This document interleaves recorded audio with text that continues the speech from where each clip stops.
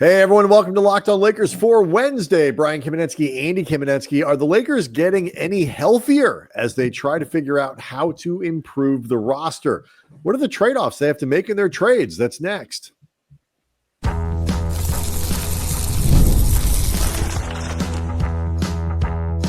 You are Locked On Lakers, your daily Los Angeles Lakers podcast, part of the Locked On Podcast Network, your team every day. Thanks to everybody for making Locked On Lakers first listen of every day, Monday through Friday, no matter how or where you get your podcasts. This one's always free and never behind a paywall. Locked On Lakers on YouTube is where over 26,000 subscribers to the channel, Andy, are all wondering if the Lakers are going to get whole before they start dealing players. We got a little bit of injury news to relay out of practice in El Segundo. We'll get you ready for the games coming up against Sacramento. We got some previews of that to look forward to. And obviously, Andy, we want to continue with the conversation that we started for Tuesday, looking at the trade deadline, upcoming trade season kicking off. Got into some names, which we can get a little more into over the course of the show, but also discuss some of the trade-offs the Lakers have to make to try to make trades. So all that coming up in today's episode. Do want to let everybody know that today's episode is brought to you by Game Time. Download the Game Time app, create an account, use code LOCKEDONNBA for $20 off your first purchase. Let's start with what happened on Tuesday in El Segundo. JJ Redick, speaking to the media, gave some updates on the front court. I guess technically speaking, Andy, some help is coming eventually, but progress is slow. Yeah. We found out, not that anybody would expect otherwise, but Christian Wood, Jared Vanderbilt, and Jackson Hayes, none of them are going to be traveling with the team to Sacramento. They're all going to be continuing to do their rehab, but Christian Wood, not having to go to Sacramento sounds like a reason to fake an injury. for what it's worth, there's always a hierarchy. Everybody dumps on someone else. LA dumps on Sacramento. Sacramento dumps on Fresno, and Fresno dumps on some town I've never heard of. It all works itself out. But anyway, back to the actual. Shout out to Bakersfield. Boy, we're probably losing a lot of California. Christian Wood, he's going to be, though, according to JJ Redick, participating in some live drills with Lakers coaching associates while the team is in Sacramento, which is considered a significant portion of the steps that need to be taken in order to get Wood back on the court. Jackson Hayes. I mean, he's doing. It's better than nothing, right? Redick was pretty clear when talking about Wood that this is, yes, it's a nice step. It's good progress, but it's not like play against the coaching associates while we're out of town and back in the lineup next week. This is step 1 or step 5 in a multi-part journey. But it is better to be playing against, doing some live stuff against, the I didn't even know they had whatever a coaching associate is, versus not doing those things. So at least some progress towards a return. Redick really didn't even, Andy, give any details about where this fit in the timing of a return to play protocol, but at least he's moving. Jackson Hayes, JJ said, is working right now on strengthening the ankle. I mean, I don't get a sense that Hayes is that far off from returning. JJ said that, again, strengthening his ankle. He's going to have an update early next week in terms of what it looks like, but for now the focus is strengthening it. Vando is the one that, to me, seems like there is either the least amount of clarity or he's just the guy that they want to talk about the least. One or the other. I think and have thought that they should go on as if he is not going to play at all this season. If he gets back on the floor, great. but you have to treat what's coming as if Jared Vanderbilt is going to be out for the year. And I think it's for a couple reasons. First, nobody seems to know when he's going to be healthy enough to play anyway. And the ramp up from, I mean, they've said that they are targeting an early January return, which, to be clear, here's the thing though. Here's a playing, I think, devil's advocate, but also taking a look at what they said last time with Vanderbilt versus every other update we've ever had. An early January target date is far different than early January reevaluation will give you some type of update. Like, this is the firmest, firm being a relative term, but this is the firmest with Vanderbilt that they've been in terms of anything resembling him back on the active roster. Right. And, certainly, here we are in rounding into the final third of December, early January, that still certainly could be anywhere from 3 weeks to a month away. If early January sort of stretches into mid-January. But until he's back on the floor, like, the ramp up for Vanderbilt's going to be long. They're going to have to be really careful with him. And I'm not blaming him, obviously, and I'm not really even blaming the Lakers. I mean, what he's trying to come back from is really complicated, 2 surgeries on both feet. And what they are trying to get him to be able to do, play NBA basketball, is not like the normal especially his style of NBA basketball. I mean, but that's, and it's not the sort of thing you just, pop to your physical therapist, for a couple sessions and you're good to go. Like you and I coming back from, that's, what, if you, like, Jared Vanderbilt can just walk around and do normal stuff now. That's not the issue. He's going to be able to play NBA basketball. But the bigger thing is, let's say he is able to get back on the practice court and stuff like that in early or mid-January or something like that. It's a couple weeks of practice. Well, again, the target date was a return in early January. So this, but just to be clear, this could be right now as we speak, part of his ramp up. It could be. If you are targeting early January for a return, that's not targeting early January for part of your ramp up. Well, let's say, I am skeptical that he will be returned if he's not on a practice court, certainly by very, very, very close to after Christmas. But let's just, but either way, like, the important thing to remember isn't so much when is he going to be back, is when is he going to be able to play at a level that you need from him. And having barely played over the course of the last year, and having barely been healthy over the course of the last, season and a half, by the time this rolls around, I just don't think you can expect him to be at a level to be able to contribute. So I just, if you're Pelinka, you have to approach this season as if he is not going to be able to make any kind of meaningful contribution to the team. Honestly, even if he's physically able to return, if he does, great, but I just don't think you can. And that is going to have a really important impact on what Pelinka maybe does at the trade deadline, the pieces the Lakers have available, and some of the costs associated with that, which we can get into next.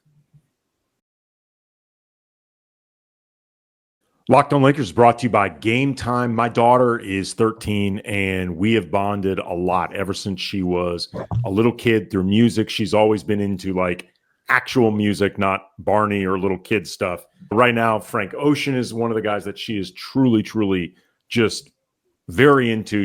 And Frank Ocean, she always tells me, he's not put out an album in about 8 years, but she has heard rumors that he is back in the studio right now, which would mean a tour. And if that album came out, I told her, if that happens, I'm going to get his tickets, even though I know it'd be hard to get, but I'm not worried because of Game Time, because they make the whole process easier with features like Game Time Picks that filters out all kinds of confusing, flowery verbiage and just shows you incredible deals on great seats and saves you time. And they offer panoramic seat views before you buy, so you know exactly what the view to the stage will be like. Take the guesswork out of buying tickets with Game Time. Download the Game Time app, create an account, use the code LOCKEDONNBA for $20 off your first purchase. Terms apply. Again, create an account, redeem the code LOCKEDONNBA for $20 off. What time is it? Game Time. Locked On Lakers also brought to you by Rocket Money. Look, it's the holidays. We are all looking for a little bit of extra cash. You know, it's a time of expenses, Andy. You got family, you got friends, you're doing stuff, you're buying gifts, you're doing all that. And anywhere you can find a little extra cash, it comes in handy. I have done this exercise before where you go and you look at all the things that you've subscribed to and you forget about, all the stuff, those recurring payments going to your credit card that you don't realize are happening. I have gone through this exercise. I have found them and started to cancel them. And it is amazing how much money that you can save in that process. Rocket Money is a personal finance app that helps find and cancel your unwanted subscriptions, monitors your spending, and helps lower your bills so you can grow your savings and, you know, buy things like Christmas gifts or Hanukkah gifts or whatever it might be. It brings together everything in one place, whether it's subscriptions, your spending habits, or even the goals you want to hit this year financially. Rocket Money has over 5 million users and has saved a total of $500 million in canceled subscriptions, saving members up to $740 a year when using all of the app's premium features. Again, this ability to go in and find out all the stuff you're spending money on and you don't realize it is incredibly helpful. It is a great way to shave off some stuff from your budget, money you didn't even realize you're spending and are completely wasting. So cancel your unwanted subscriptions, reach your financial goals faster with Rocket Money. Go to rocketmoney.com/lockedon today. That's rocketmoney.com/lockedon, rocketmoney.com/lockedon.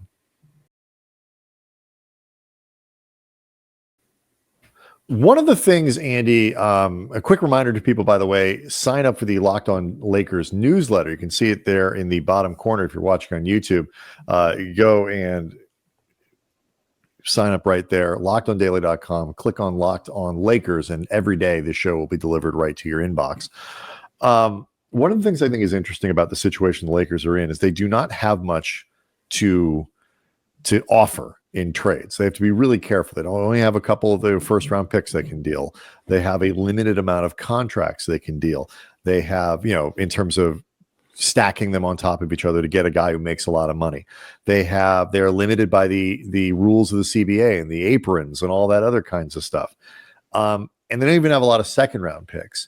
And so the difference in a healthy Jared Vanderbilt versus an unhealthy Jared Vanderbilt, the trade-offs for the Lakers are kind of intriguing to me. On the one hand, if Vanderbilt can't play, and there's a feeling that he can't play going forward, well, that might cost you a little bit more to trade him. Another team might say, well, we might have this guy on our roster next year that we're not even sure is going to be able to play because he's barely been on the floor for the last 2 years.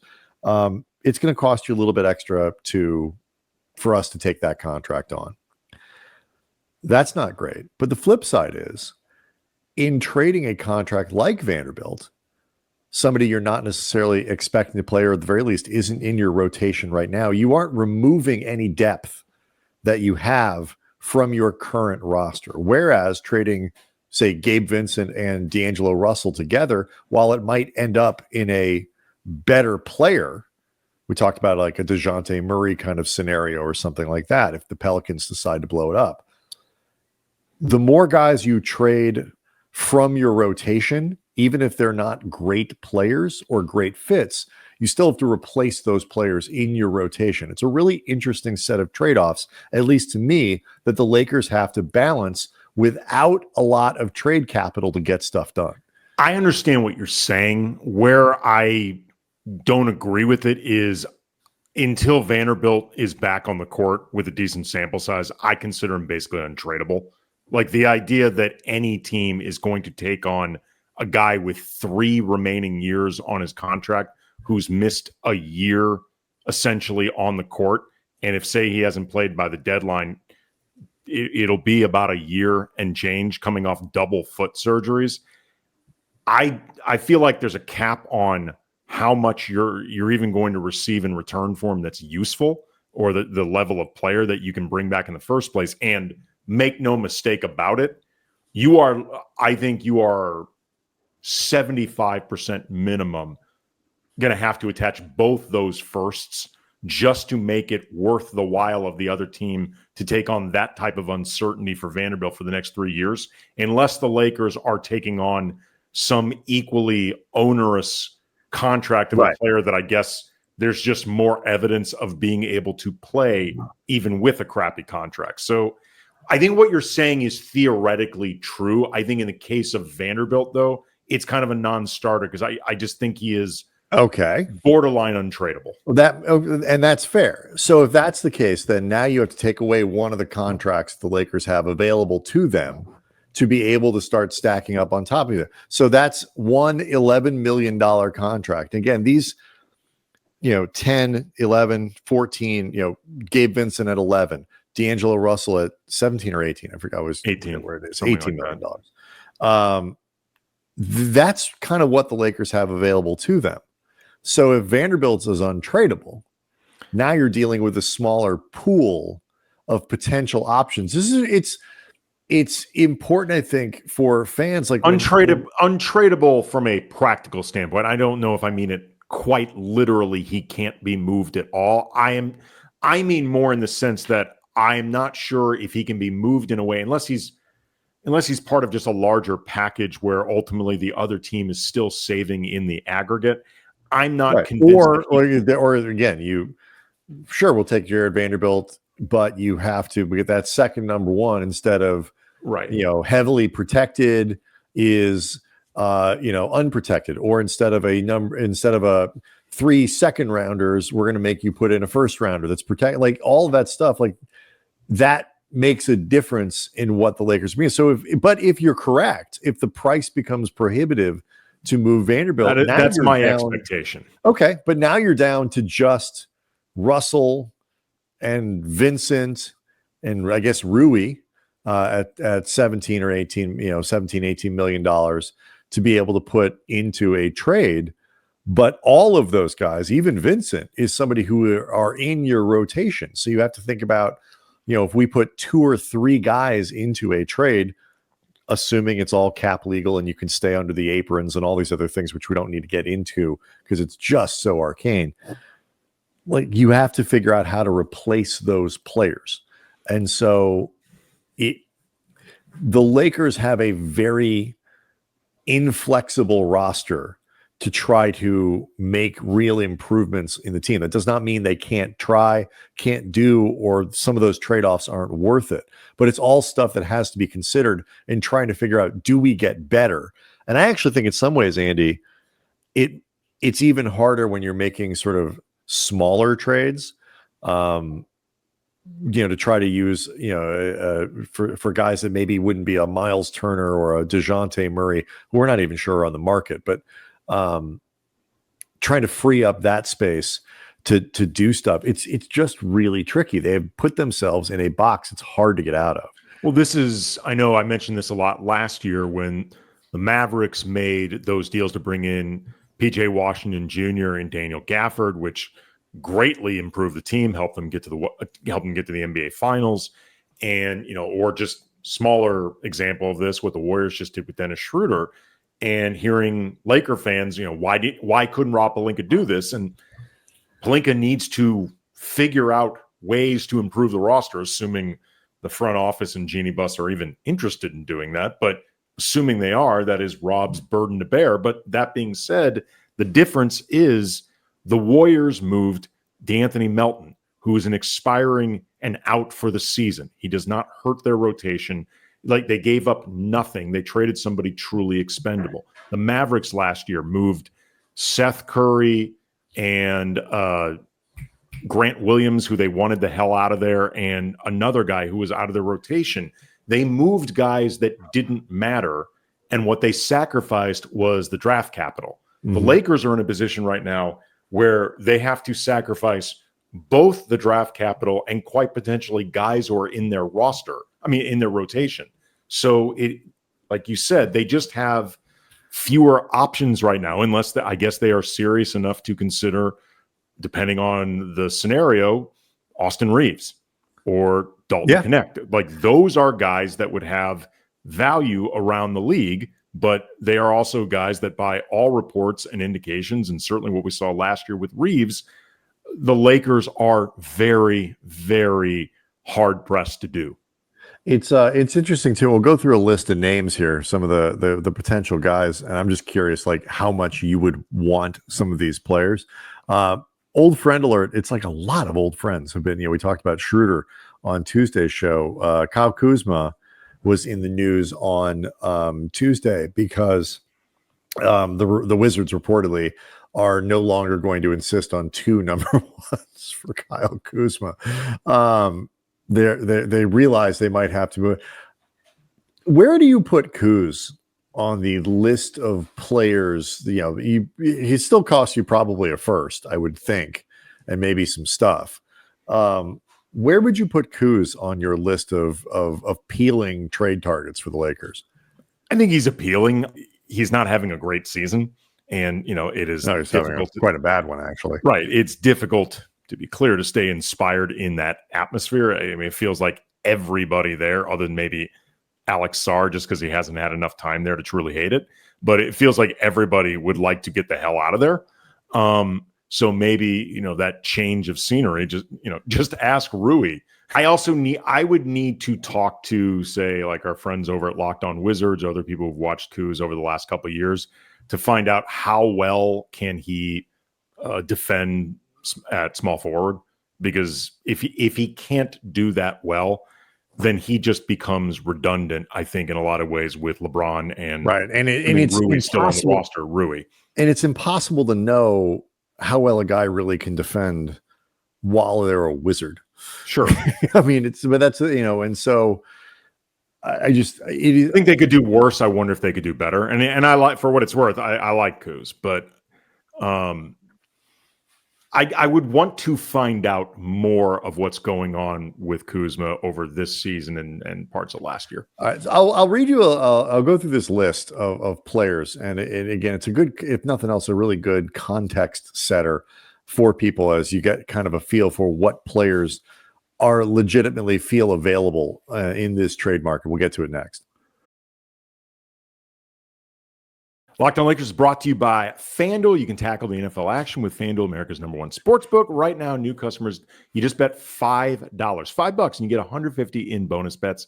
If you win, the FanDuel Sportsbook app gives you everything you need to place live bets on the NFL all in one place, and you can confirm your instincts by using FanDuel's site. So, like, if you're getting a hunch in the middle of a game and it's just felt like you are picking up on everything that is happening in this game right before it does, but you just want to make sure, am I crazy or is this really happening? You can check out the latest stats, view live play-by-play, and so much more on the same page where you would place your bet. Just visit FanDuel.com to start today. And again, you get started with $150 in bonus bets if you win your first $5 bet. That's FanDuel.com.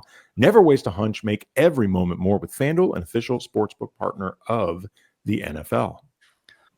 Locked On Lakers also brought to you by Built Rewards. If you are a renter, listen to this. This is a game changer potentially for you. Thanks to Built, you can now earn points on rent payments just like you do with groceries or travel. So paying rent now comes with serious perks, and it's completely free to join. So you earn valuable points on your rent, everyday spending with no extra cost. You can use it for flights, for hotel stays, even future rent payments. With over 500 airlines and 700,000 hotels in the program, the possibilities are really endless, and you can access unique experiences that are exclusive to Built members. So it's like, having a cool credit card rewards thing or, something like that. Same basic concept here.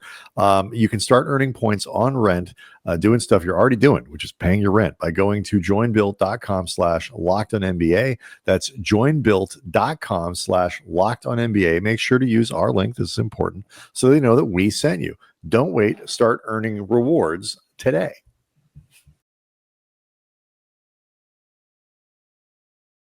So go through this list here in a second, but a couple of things to note. First of all, the Milwaukee Bucks are your NBA Cup champions, which means that Darvin Ham has now won as a head coach and now an assistant coach in Milwaukee, and it makes Taurean Prince the only person in the history of the universe, Andy, who has won 2 NBA Cups.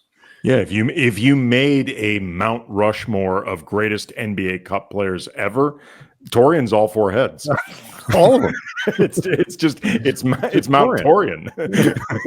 Torian looking like this. It's Torian looking the other way. Torian maybe looking up. Torian smiling. Torian, oh yeah, absolutely. Yeah. He's the whole deal. He has, by the way, made more money off of winning NBA Cups than most of us will make in a lifetime. Oh no, and we've said many times before, Torian actually had a much better season last year with the Lakers than often credited. He was he was an avatar for everything that Laker fans got frustrated with Darvin himself. But Chris Haynes from after the game tweeted out, quote, Bucks coach Doc Rivers told me that after talking with Darvin Ham and his experience with the Lakers last season, they chose not to celebrate the Cup championship with dousing and drinking of champagne, want to focus on the remainder of the season. Which just feels Job's not over yet, Andy. I do think it was funny last year, like, there was a sense that like Adam Silver was off in like this side of the room, just off camera. Like we're like, they're going like, you people will treat this as a championship and you will celebrate and you will be happy and you will like, I think this year it's obviously still competitive. It was a competitively played game. The Bucks are certainly playing hard. Oklahoma City definitely wanted to win the game, but I do think there is a little bit less of the sort of manufactured hoo-ha over the whole thing. I would like to think, and again, we both think that Darvin will eventually get another shot at a head coaching job, and we both think that he deserves another shot at a head coaching job. I would like to think that the idea that the Lakers lost focus for the rest of the season because they partied too hard after the IST. Maybe that's the problem. They weren't exhausted from the way that they went all out for the IST. They just partied so hard afterwards. It took a month out of them. They got to get that, at the very least, you got to get that tournament out of Vegas. But anyway, congrats to Darvin and Torian. So then beyond that, interesting moment at practice in El Segundo on Tuesday where it was in the context of Bronny James and some interesting, he's starting to play a little more. The numbers are sort of slowly improving a little bit. And obviously we spend way more time talking about Bronny than we do any other 55th pick because, the context and the story around it is interesting. And one of the things that Redick said was that he needs to learn to accept failure, which is difficult for somebody who's had cameras on him all. I think he's always worried if I don't play well, if I don't do something the right way, it's going to get blown up because I am LeBron James's son and people have been dissecting my game since I was 6 years old. And I think that's true. He is. And one of the things that the coaching staff is asking him to do is play more aggressively. He was asked, how do you kind of do that? How do you go? And he's like, well, it's sort of simple. The rules for him are the same as it. There are certain things we ask of every player. You can do those things and be rewarded with playing time, or you can not do those things and not get playing time. And he made a point of noting like that expectation is the same, not just for Bronny, but for Dalton Knecht and for Austin Reaves and for everybody else on the team. What I thought was really interesting was that one line from JJ where he said, quote, it's very simple, and that's just the way I'm going to coach the basketball team moving forward. He said that line in and of itself, because he also said that this was something that became discussed with the group in Atlanta. And that Atlanta game, which the Lakers lost and had multiple opportunities to win, but they kept botching the execution. They did play extremely hard team wide in that game, top to bottom. Like I remember that was a game that we talked about afterwards, like LeBron's engagement in particular. We both were like, whoa, like this is as active as he's played on the defensive end for the entirety of a game in a while. And you saw that from the entire team. And ever since the Atlanta game, whether the Lakers have played well, whether they've played poorly, somewhere in between, they've played consistently very hard. And I think much more hard and much more engaged than they often did in the first, say, 15 to 20 games of the season. And it was just interesting how, and I think JJ maybe even, as he kept talking about this, it almost felt like he caught himself saying a little too much and was trying to dial it back a bit. But it felt like he revealed, like, especially that idea of that's how I'm going to coach the basketball team moving forward, that in so many words, he told everyone, look, man, either do the stuff that I'm asking to the best of your abilities consistently, or you're going to lose time. Like I am done holding your guys' hands to this point, if that's been going on at all, or making compensations, whatever. Like, these are your asks, these are instructions, go do it. And whether, I mean, it's, I don't even care if you screw it up sometimes. No, like, remember go try. Against Miami, he was saying, like, I challenged these guys in the second half. Like, you have 3 fouls, I'm giving them to you. Like, freebies, I will not be upset even if you foul at an inopportune time, just because I want to see you guys play more physicality. They didn't get there. Right, they didn't get exactly. There. I am curious. This tactic I like, and I like that he's saying, you know, he's kind of the phrasing. I think I read it and heard it from him in exactly the same way. You know, looking at the practice, all the videos and stuff coming out of practice. It's a tougher message with this roster because there is less there's less competition for minutes in a lot of ways than there might be. The back end of this roster is not threatening anybody to try to take minutes away from the guys who are currently in the rotation. Maxwell Lewis is light years away from doing that. Jalen Hood-Schifino is not taking minutes away right now, although they might need him to play. If you end up trading D'Lo and Gabe Vincent into some deal to bring back a higher salary player, particularly if it's not a point guard, like Hood-Schifino suddenly becomes a much more important player. You might say the same thing about Bronny, but Bronny is, they'll tell you, a year or two away from being a viable NBA level player if things go well with his development.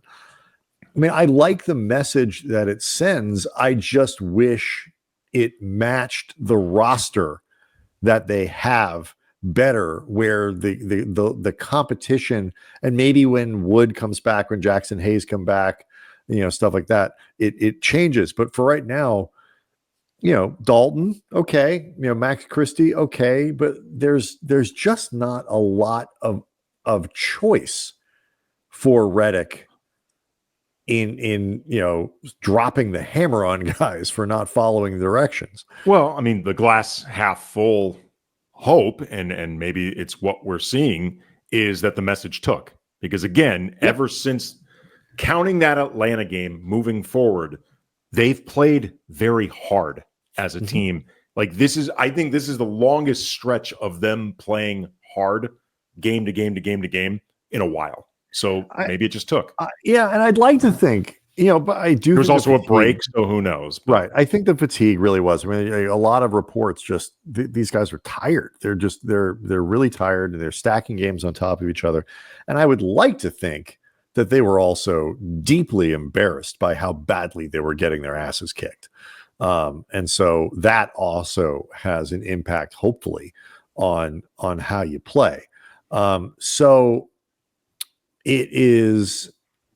we'll see. You know, these games against Sacramento are really important because the Kings are right there with the Lakers in the standings. And so, you know, don't beat the Kings and you got some potential problems there. We can hold off on this list of players. Just an interesting list of 9 or 10 guys that was put out by SB Nation, looking ahead at the trade deadline. Guys like Kyle Kuzma, some of the players that we talked about for Tuesday's show. You know, Valanciunas and Brandon Ingram and Dorian Finney-Smith, Cam Johnson, guys like that. When you write everyone down, it's not as bad of a list as I thought, but it's also not maybe the list that Lakers fans would be hoping for, but it's an interesting thing to figure out. Could Lakers getting these guys anyway? We'll get into that next time. Matt George from Locked On Kings is going to be our guest for Thursday's show. Great host of Locked On Kings. 2 games to get ready for back-to-back against the Kings. So Matt will help us with that. There's a day off in between. But the next 2 games are against the Kings. So Locked On Lakers on YouTube is where you can go hang out with over 26,000 subscribers. Sign up for the newsletter. Make sure you're checking out the postcast as well. See everyone tomorrow.